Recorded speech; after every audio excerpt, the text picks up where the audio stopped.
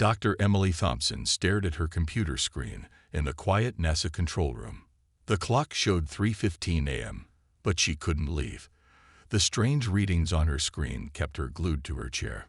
For the past week, she had tracked unusual radiation patterns that didn't match anything in NASA's database. "This can't be right," she muttered, rubbing her tired eyes. The patterns were moving, and they were moving fast. Too fast for any known space object. She reached for her phone and dialed her supervisor's number. Within an hour, the control room was packed with scientists and military personnel. Among them stood Colonel James Parker, a tall man with gray hair and sharp eyes. He had seen many strange things in his 30 years of military service, but this was different. "Dr. Thompson," he said, his voice firm but calm, "explain what we're looking at." Emily pointed to the large screen on the wall. "These objects appeared 7 days ago. At first, I thought they were comets, but their movement is controlled. They're slowing down as they approach Earth." She took a deep breath. "Sir, they're ships, and they're big. Each one is about the size of Manhattan." The room fell silent. Colonel Parker's face remained steady, but his hands tightened behind his back. "How many?" 15 ships, arranged in a triangle formation. The next few hours were chaos. World leaders were woken up, emergency meetings were called, and military bases worldwide went on high alert. Social media exploded with blurry photos of bright lights in the sky, and people began to panic. At noon, every screen on Earth, phones, computers, TVs, went black. When they came back on, they showed the same image, a tall, crystal-like being that seemed to shine from within. Its voice was deep and clear, speaking perfect English. "People of Earth, we are the Meridians. Your planet has resources we need. You have 24 hours to surrender control to us. If you refuse, we will take what we want by force. Your weapons cannot harm us. Your technology is primitive. Resistance would only bring unnecessary death." Colonel Parker stood in the Pentagon's war room, surrounded by generals and politicians, all arguing about what to do. He watched the message replay for the 10th time, studying the crystal being's features. "They think we're weak," he said quietly, but everyone turned to listen. "They think we're primitive. Every invader in human history who thought that has failed." The President of the United States nodded. "What do you suggest, Colonel?" "We don't surrender. We fight, and we show them why no one should ever underestimate humans." Dr. Thompson, who had been brought to the Pentagon, spoke up. "Colonel, I've been analyzing their ship's energy signatures. There's something strange about how they interact with our atmosphere. It's not what they expected. I can see them constantly adjusting their shields." Parker smiled for the first time that day. "So they're not as prepared as they think they are. Doctor, I want you working with our best scientists. Find out everything you can about these Meridians and their ships." As the deadline approached, humans didn't panic. Instead, they did what they had always done when faced with impossible odds. They got ready to fight. Military bases prepared their weapons, even if they seemed useless against the crystal ships. Civilians stocked up on supplies and prepared for the worst. In the NASA control room, now transformed into a military command center, Dr. Thompson and Colonel Parker watched the final minutes tick away. The Meridians had no idea that their greatest mistake wasn't threatening Earth. It was assuming they knew everything about it. The 24 hours were up. Humanity's greatest fight was about to begin. The first attack came at dawn.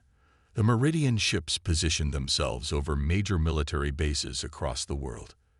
Their energy weapons lit up the sky with bright purple beams that looked like lightning. But something wasn't right. Captain Michael Reynolds noticed it first at Fort Bragg. The alien weapons weren't doing as much damage as they should have. Where they expected total destruction, they found only partial damage. The captain grabbed his radio. "Command, this is Reynolds. Their weapons are being weakened by something in our atmosphere. Repeat, their weapons are not working at full power." In the Pentagon's command center, Colonel Parker leaned forward in his chair. All units, confirm Captain Reynolds' observation. One by one, reports came in from around the world. The Meridians' supposedly unstoppable weapons were operating at less than half their expected strength. Dr. Thompson worked quickly at her computer, analyzing data from the attacks. "Colonel, look at this," she said, pointing to her screen. "Our atmosphere is denser and more complex than they planned for. Their energy weapons are being scattered and weakened by it. But the Meridians weren't done. They landed ground troops, tall crystal warriors that marched out of their ships. They looked unbeatable, their crystal bodies gleaming in the sunlight. They carried weapons that shot beams of pure energy. Captain Reynolds and his men took cover behind concrete barriers. The alien weapons were still dangerous, even if weaker than planned. But then Reynolds noticed something else strange. His radio was making weird noises whenever the crystal aliens got close. "Hey," he said to his radio operator, "boost the signal strength. Maximum power." The operator did as told. Suddenly, the nearest crystal warrior stumbled. Its surface started to vibrate. Reynolds grabbed the radio himself and held it up. The alien's crystal body began to crack. "Command, this is Reynolds again. Their bodies, they react to our radio waves.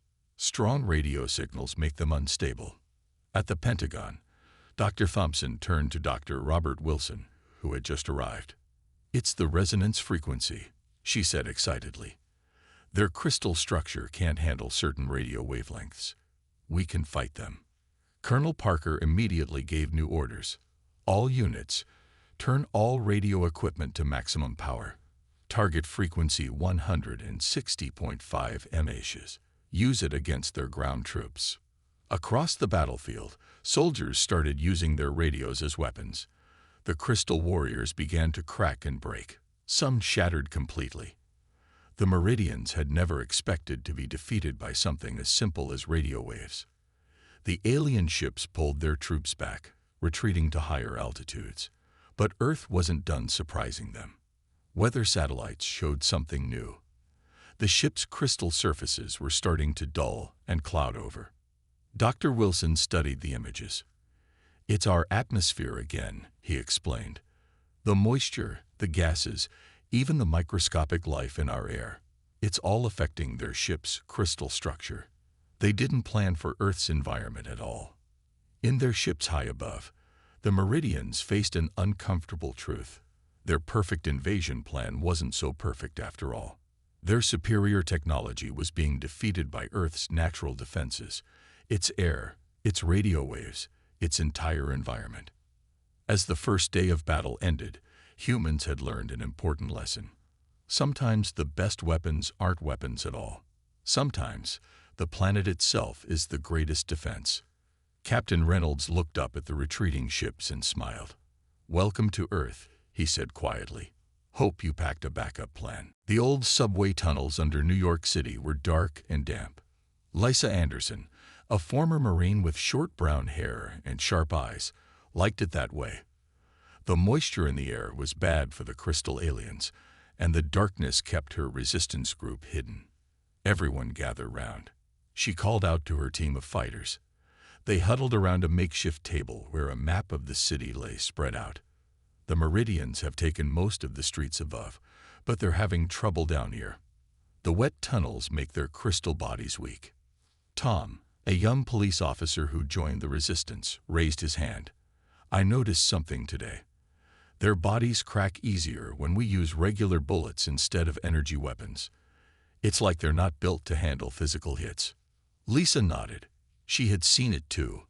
The aliens expected humans to try copying their energy weapons. Instead, the old-fashioned guns were proving more effective. Simple bullets could create cracks in their crystal bodies that would spread until they broke apart. Above ground, the Meridians controlled the streets of major cities worldwide. But they couldn't understand why they kept losing soldiers who went into subway systems, sewers, and underground tunnels. The humans were adapting, learning, and fighting back from below. In Chicago's underground, another resistance group led by Mark Wilson, an ex-construction worker, discovered that the aliens couldn't handle sudden temperature changes. The steam from broken heating pipes would make their crystal bodies crack. They started using this to set traps. Lisa's group in New York got a radio call from Colonel Parker at the Pentagon's hidden command center. "Anderson, we need you to capture one of them. Our scientists need to study their crystal structure up close." "Copy that, Colonel," Lisa replied. She turned to her team. "All right, people, we're going hunting." They set up their trap in an old maintenance tunnel. They knew the meridians would send soldiers to check on a fake radio signal they created. The humans waited in the shadows, water dripping from the ceiling around them. When 3 crystal aliens entered the tunnel, Lisa's team was ready. They fired their regular guns from different directions. The bullets hit the crystal bodies, creating small cracks. Then they turned on powerful heating lamps they had set up. The sudden heat made the cracks grow. 2 of the aliens shattered, but they managed to capture the 3rd one. As they tied it up with simple rope, the aliens never expected to need protection from such basic materials. Lisa noticed something interesting. The captured alien's crystal body was changing color where it touched the damp ground.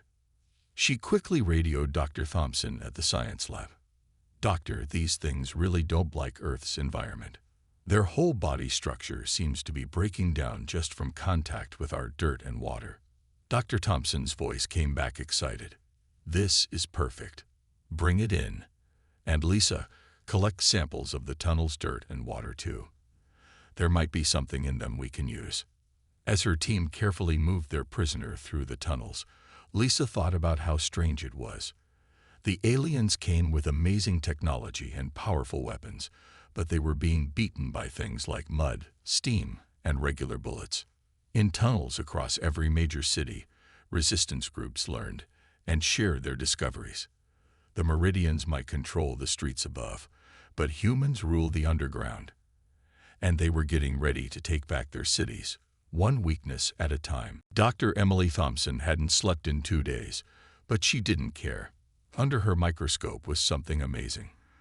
The dirt sample from Lisa Anderson's tunnel was full of tiny life forms that were eating away at the crystal alien structure. "Dr. Wilson, look at this," she called to her colleague. "Earth's bacteria are breaking down their crystal makeup. Our planet's smallest life forms are fighting back." Robert Wilson rushed to the microscope. His eyes widened as he watched the bacteria work. "It's not just the moisture weakening them," he said. "It's the bacteria in the moisture. They've never encountered Earth's microscopic life before." At that moment, Kevin Martinez walked into the lab. He was their best technical expert, known for thinking outside the box. He looked at their excited faces and asked, "What did you find?" They showed him the microscope slides and explained their discovery. Kevin's face lit up with an idea. "If bacteria can eat their crystal structure," he said, "then we can turn this into a weapon. We just need to find the right bacteria and spread it." In the next room, they studied the captured alien. Its crystal body was slowly breaking down from exposure to Earth's environment. Kevin noticed something else too. The aliens' weapons were degrading in the same way. "Their whole technology is based on crystal structures," Kevin said, "and none of it was made to resist Earth's microscopic life." Dr. Thompson quickly called Colonel Parker. When she explained what they found, the colonel was silent for a moment. Then he said, "How fast can you turn this into something we can use?" "Kevin's already working on it," she replied. "We're testing different bacteria to find the ones that work best. Give us 2 days." For the next 48 hours, the lab was busy. They found 3 types of common bacteria that could eat away at the alien crystal structure quickly. Kevin designed simple sprayers that could spread the bacteria through the air. They tested their idea on pieces of the captured aliens' weapons. The crystal technology didn't stand a chance against Earth's microscopic armies.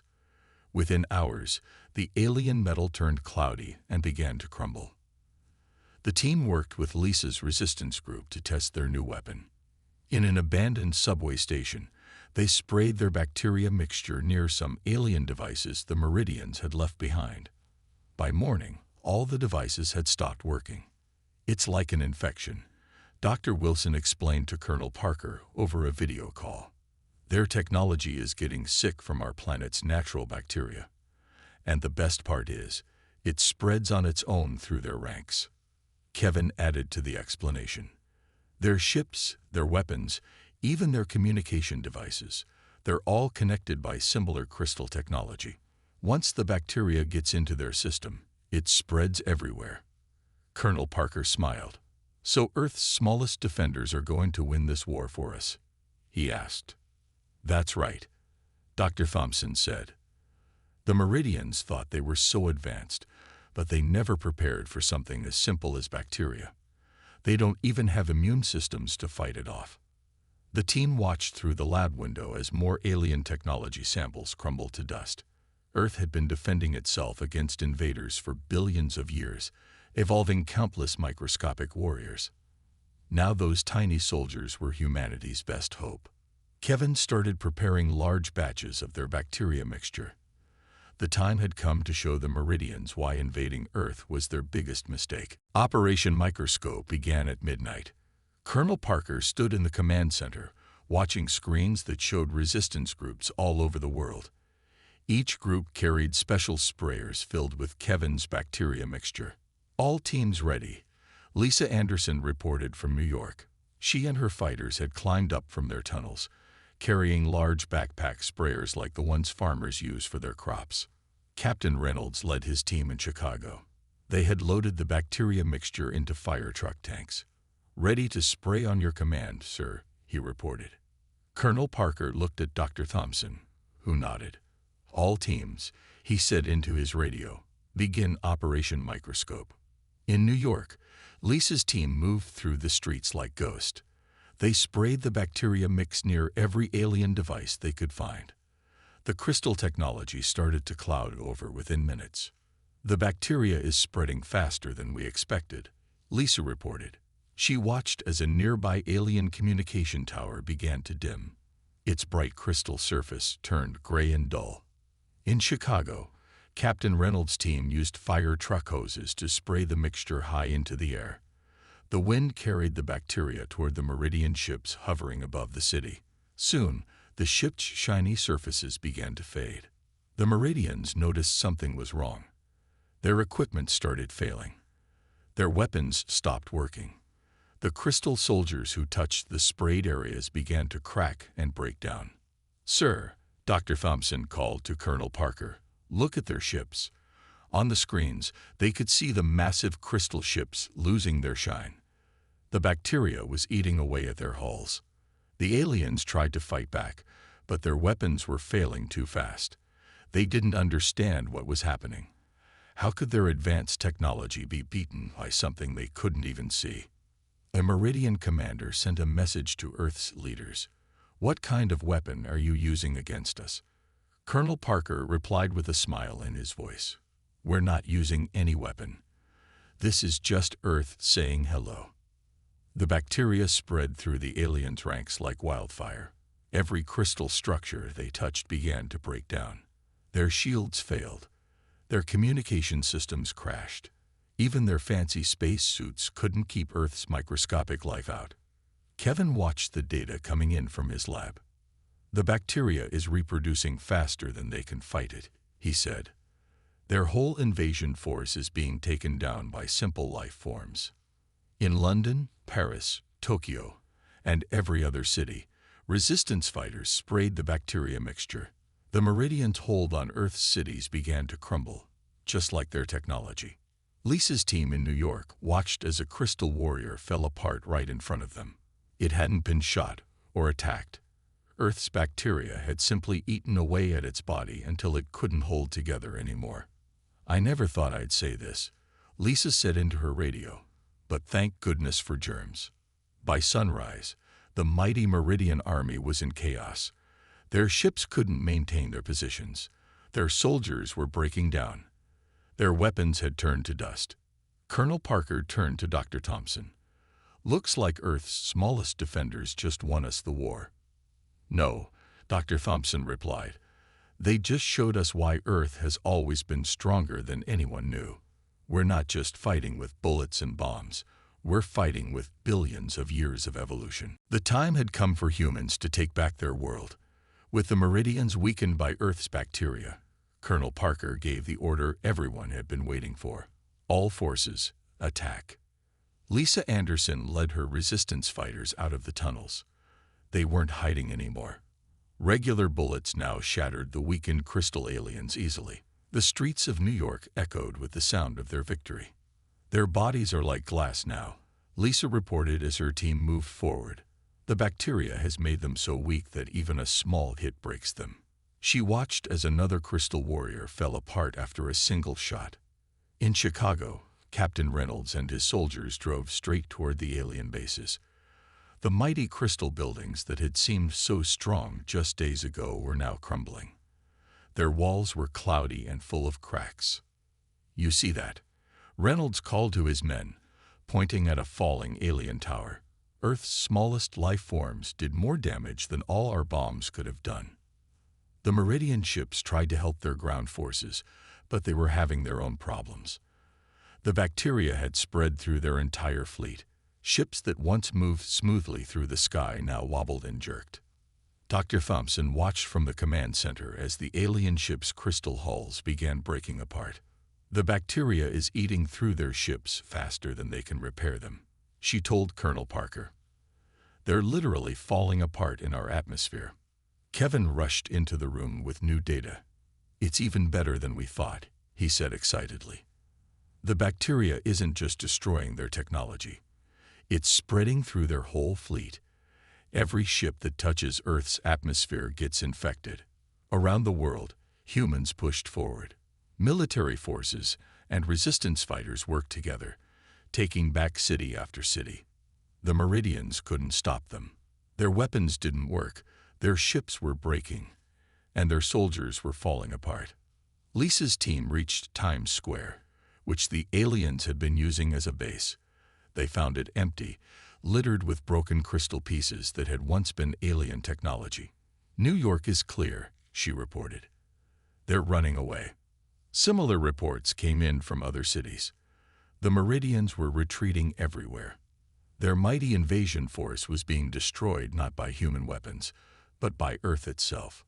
A large alien ship tried to land in Washington, D.C. to pick up retreating forces.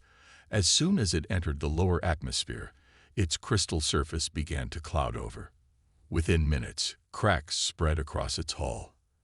The ship barely managed to take off again before it fell apart. "Look at them run," Captain Reynolds said, watching the broken alien fleet flee into the sky. "They came here thinking we were primitive, but Earth showed them who's really primitive. They are. They never even thought about bacteria." In the command center, Colonel Parker received messages from around the world. Every city was reporting the same thing. The Meridians were retreating. Their invasion had failed completely. Dr. Thompson smiled as she looked at her microscope one last time. The same tiny life forms that had protected Earth for billions of years had saved it again. The aliens' amazing technology had been no match for simple bacteria. "You know what's funny?" Kevin said, watching the last Meridian ships disappear into space. "They probably spent years planning this invasion, and they got beaten by something too small to see. The war was ending.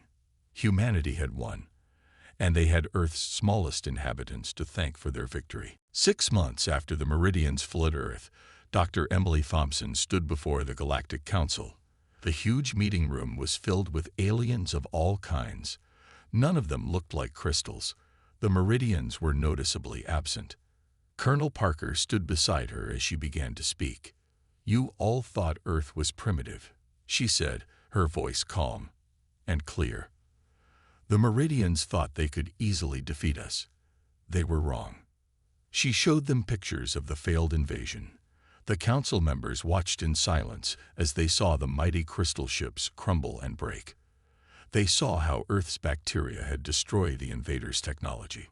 "Our planet has been developing defenses for billions of years," Dr. Thompson explained. "Our air, our water, our soil, they're all full of life. Tiny life forms that protect Earth from anything that doesn't belong here." Kevin Martinez stepped forward with more test results. We studied the remains of their ships, he said. The Meridian's technology was amazing, but it couldn't handle Earth's environment. Our bacteria ate right through their crystal structures. A tall alien with blue skin stood up. Are you saying Earth's natural defenses defeated their whole fleet? That's right, Colonel Parker answered. They never considered that a primitive planet could have such strong protection. They didn't think bacteria was important. That was their biggest mistake. Lisa Anderson, now wearing a military uniform, showed videos from the resistance fight. Regular bullets worked better than energy weapons, she said. Simple water weakened their bodies. Basic radio waves made them crack. Everything they thought made them superior actually made them weaker on Earth. The council members whispered among themselves. They had never seen an invasion fail so completely. Captain Reynolds presented the final evidence. Earth isn't defenseless, he said. It's a death trap for any invader. Our bacteria evolved to break down anything that doesn't belong here. No technology can beat billions of years of evolution. Dr. Thompson stepped forward again. We're not here to threaten anyone, she said. We're here to warn you. Earth doesn't need advanced weapons to defend itself. It's been defending itself since life began. The council leader, a wise-looking alien with silver eyes, spoke slowly. So Earth's greatest strength is its smallest life forms. Yes, Dr. Thompson replied. And now you know why the Meridians became the last species to ever try invading Earth. They learned the hard way that superior technology doesn't always mean superior survival. As they left the council chamber, Colonel Parker smiled. Think they got the message? Oh yes, Dr. Thompson said. Look at their faces. They finally understand that Earth isn't primitive at all. We're just different. And different can be very, very dangerous. Back on Earth, life returned to normal. The broken pieces of crystal ships were put in museums. Scientists studied them, learning new things about space travel. But the most important lesson was already clear. Never underestimate a planet's natural defenses. Years later, alien ships still passed by Earth, but none ever tried to invade. They had learned to respect the planet that looked so simple but was actually a fortress. A world protected not by fancy weapons, but by the smallest forms of life. As Dr. Thompson often said in her lectures, the Meridians came looking for an easy victory over a primitive world. Instead, they found out why Earth's bacteria have been the planet's best defenders for 4 billion years. And counting. 10 years after the Meridian invasion, Earth had changed in ways nobody expected. Dr. Emily Thompson walked through the new Planetary Defense Center, where scientists from around the world studied Earth's natural defenses.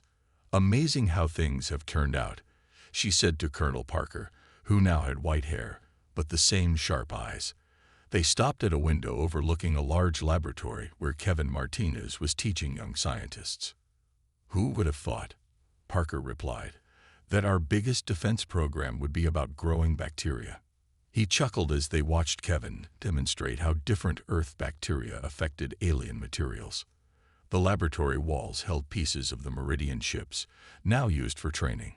Each piece showed how Earth's natural life had broken down the alien technology. New scientists learned from these examples, studying how to work with Earth's smallest defenders. Lisa Anderson, now General Anderson, joined them at the window. The aliens send us messages sometimes, she said. They want to trade with us, but they're too scared to land on Earth. They make us meet them in space stations. Dr. Thompson smiled. Can't blame them. Every alien ship that tried to land here in the last 10 years started breaking down. Earth's bacteria don't welcome visitors with bad intentions. In another part of the building, Captain Reynolds, now working as a defense trainer, taught military crews about Earth's natural protection. Forget about fancy space weapons, he told them. Earth's best defense is its environment. The air you breathe, the water you drink. It's all part of our planet's immune system. The world had learned to work with nature instead of trying to beat it. Scientists discovered new types of bacteria every day. Each one could protect Earth in its own way. They found bacteria that could eat space metal, break down alien plastics, and even stop unknown energy sources. Remember what the meridians looked like when they first arrived? Kevin asked his students, pointing to an old photo. They thought their crystal technology made them unstoppable. Now they're known across the galaxy as the species that learned the hard way. Don't mess with Earth's bacteria. Dr. Wilson, who still worked with Dr. Thompson, had made another interesting discovery. Earth's bacteria are getting stronger, he told a group of visitors. They learn and adapt every time they meet something new. The meridian invasion actually made our planet's defenses even better. In orbit around Earth, a special station welcomed peaceful alien visitors. The station had signs in many languages that all said the same thing. Welcome to Earth, the planet protected by the smallest warriors in the galaxy. Some aliens came to study Earth's bacteria. Others came to trade, but none came to invade. The story of the meridians had spread far across space. Every alien species knew that Earth's simple life forms had defeated the most advanced crystal technology in the galaxy. Dr. Thompson looked out at the sunset through the center's windows. "You know what makes me proud?" she said to her old friends. "We didn't win by building bigger weapons. We won by understanding our planet better. Earth protected itself for billions of years before we came along. All we had to do was learn to work with it." As night fell over the Planetary Defense Center, the lights of alien trading ships twinkled in the sky. Earth had found its place in the galaxy, not as the most advanced planet, but as one of the most respected. The planet where the smallest life forms had taught the biggest lesson: never underestimate the power of nature.